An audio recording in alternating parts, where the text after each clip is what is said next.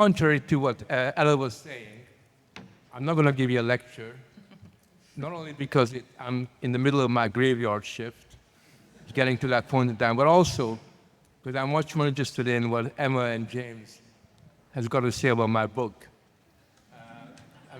You know what, when you write a book, you kind of finish the book, and you say to yourself, well, what kind of reaction are you going to get? How are people going to respond to it? Are they going to pick up on my loose formulations, or are they going to basically say that there's something that's missing here? These are important questions that an author asks.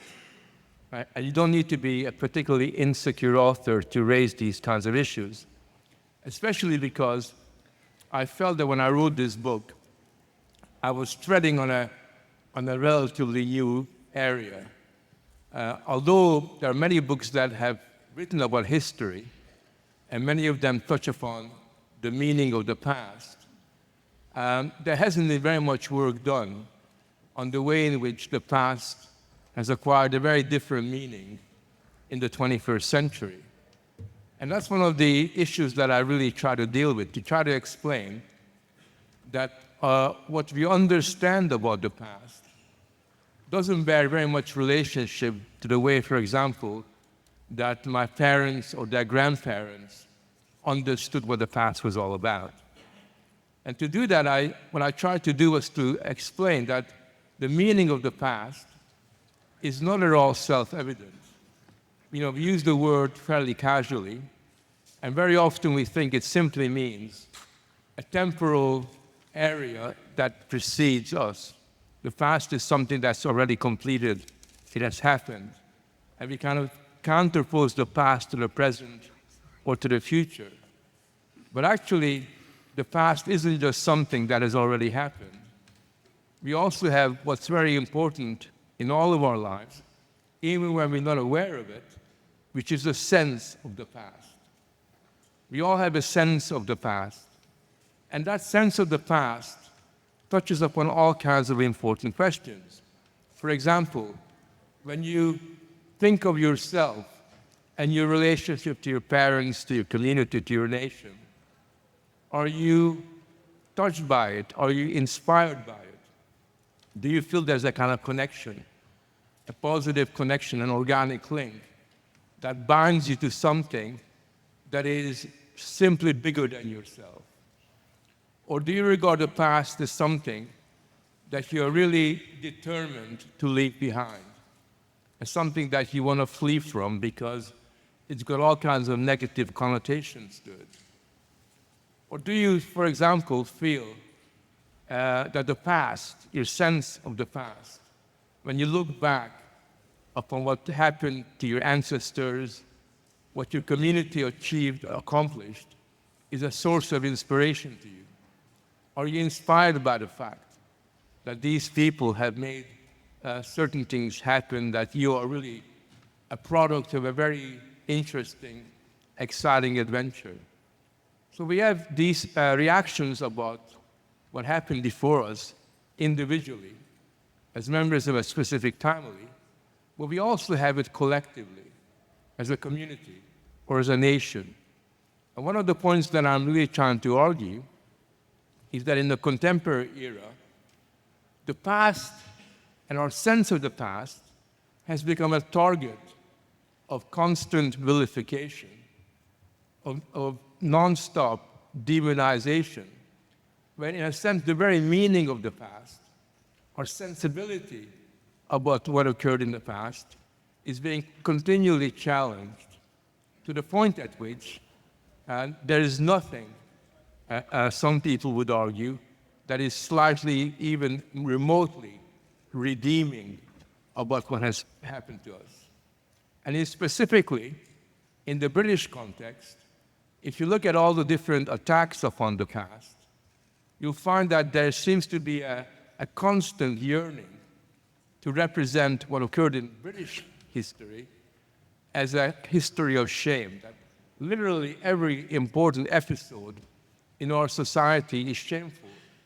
So you imagine that the Magna Carta was a really good thing because of its promise of freedom. because it represented a certain step forward. No, no, no, no, you're wrong. The Magna Carta was the bunch of robber barons getting together to find a new way of exploiting things. You think, for example, that the Industrial Revolution, the Victorian period, was remarkable for its technological achievements. It was remarkable for the scientific advance, for the way in which it developed the ideals of freedom and openness to new experience. No, no, no, no, no. The 19th century was a century where Britain systematically destroyed the planet, where they created an environmental catastrophe that still hasn't been repaired to this day. And I could go on and on and on.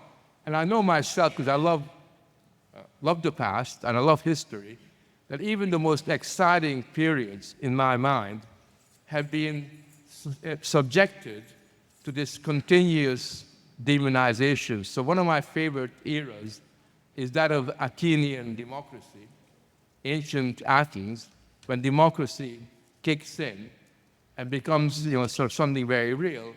And when you look at the discussion on Athenian democracy, you'll find that every individual that is associated with it directly or indirectly is to a considerable extent pathologized. So Aristotle, who's in many respects one of the most important philosophers, the man who's developed a sense of ideas about virtues that to this day are important for guiding millions and millions of people, I now discovered that Aristotle turned out to be the father of white supremacy. Right? And when I look around and look at all the other people, you'll find that they too are represented in this term. Not only that, when you look at democracy, where would we be if the Athenians at that particular stage in time did not have this idea that there is an important step forward in being democratic, that sense of the demos being really critical to their thinking. But today we discover that democracy and the Athenian experience was actually based upon slavery. And that because of the existence of slavery in ancient Athens, democracy and their ideals become negated, forgetting the very simple fact that every society in that era had slaves.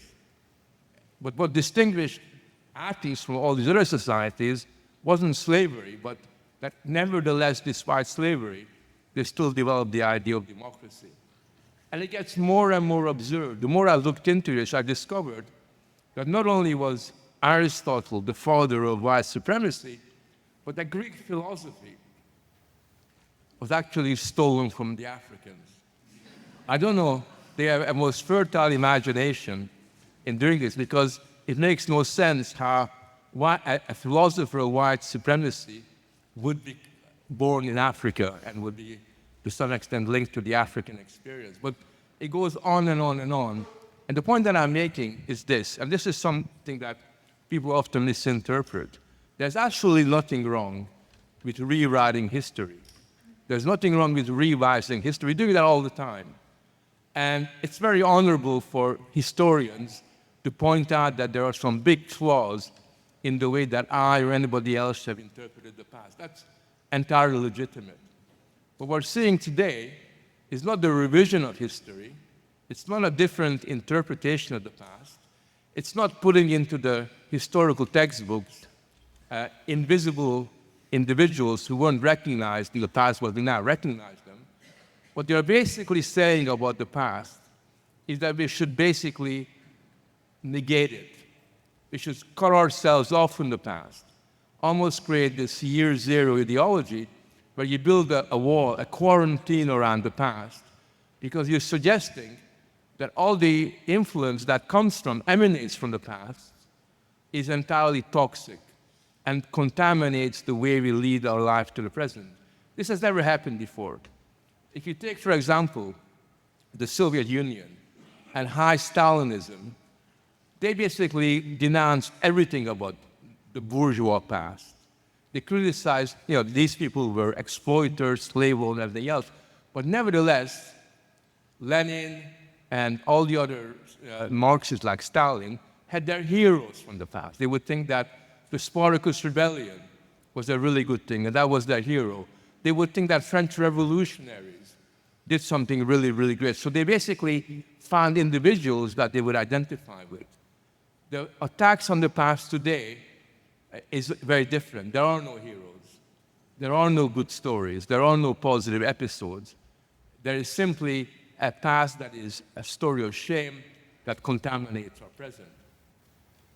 The way that I understand, the most simple way that I understand what has happened, is if we counterpose two ways of understanding the past. I think there is two diametrically opposed ways of understanding the past. One of the ways is the traditional one in the West, and not just in the West, but also in Asia. And it's best summed up by the Roman political theorist Cicero. And Cicero basically talked about the past as something that provides us with a lesson for life. As far as he was concerned, if we draw on the resources of the past, they teach us a lot about how to live our lives and how to move forward towards the future.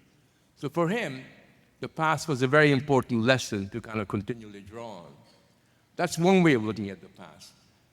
The attack, those people that are targeting and are waging a war against the past are very, very different. Their orientation towards the past is to teach the past a lesson. They believe that they know much better than Aristotle or Immanuel Kant or Shakespeare about what they were doing. And they actually believe that their job is to fix the problems of the past. That somehow, by criticizing the past, by targeting individuals, we can help them out. And they actually believe that they know better about what these people were in the past than the people themselves. Let me give you an example. It's very common these days, for example, to take a philosopher like Immanuel Kant. I don't know how much you studied philosophy, but he's a really important figure in the Western philosophical tradition. And they take Immanuel Kant, and they basically say Immanuel Kant had a problem because he too was a big believer in white supremacy, and no doubt deserves to be condemned for his racism, all the way forgetting the fact that his theory, his ethics, provides a very good, probably the most important arguments against inequality or racism that existed at that time.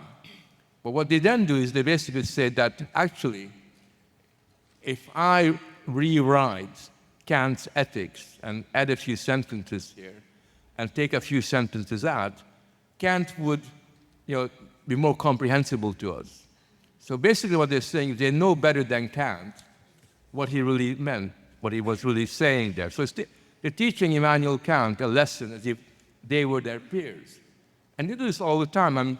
I think my most ridiculous example that I came up with last week, you probably saw in the newspaper that Geoffrey Chaucer, not a football player, he was a famous literary figure in the English canon.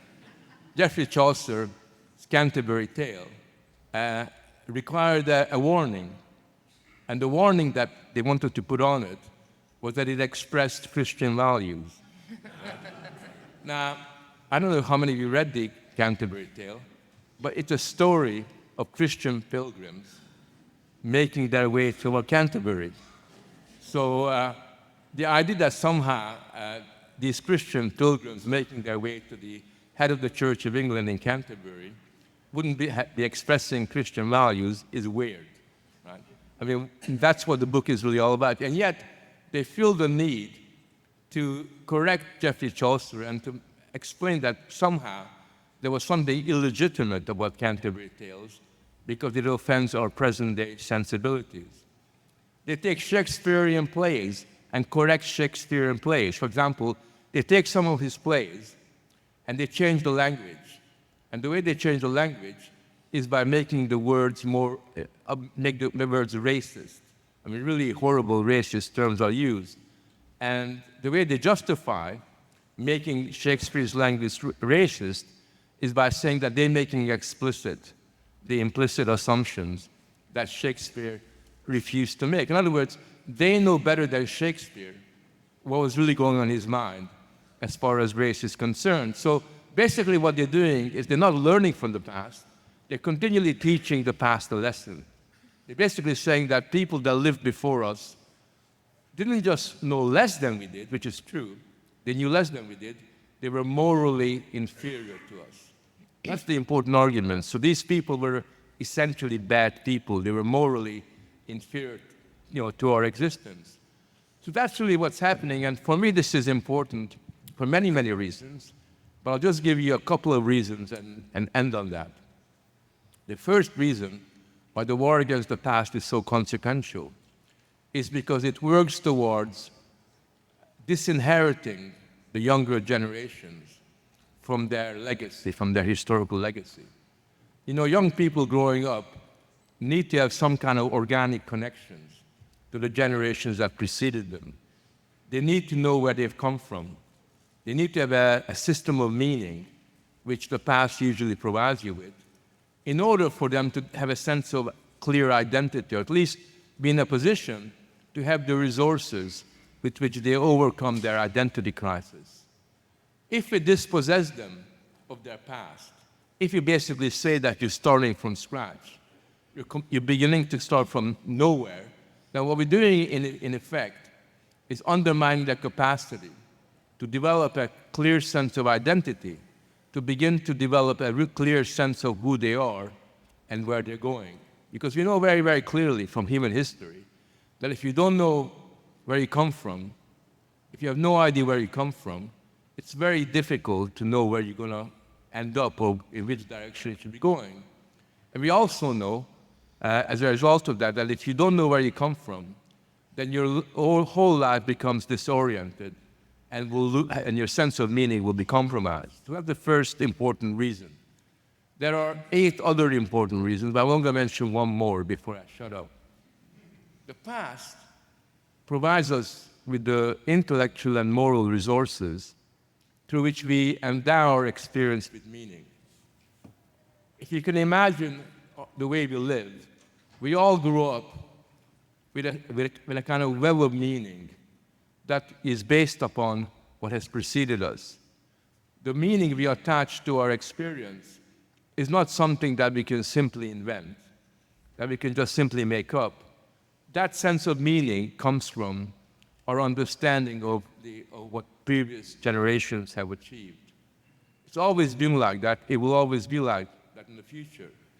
If that sense of meaning becomes feeble or compromised, then our capacity to make our way in the world becomes very much threatened. And I think many of the problems that we have with identity politics, many of the problems that we have in achieving real solidarity and real community with one another is very much based upon that. When I read a long, long, long time ago Orwell, and when Orwell said that the person that controls the past controls the future, I just said, oh, that's interesting. I made a note of that. But I never imagined that in my own lifetime, what Orwell was talking about, the way in which our future is actually being attacked by the way that we're being deprived of our past, would have a very real resonance in our world.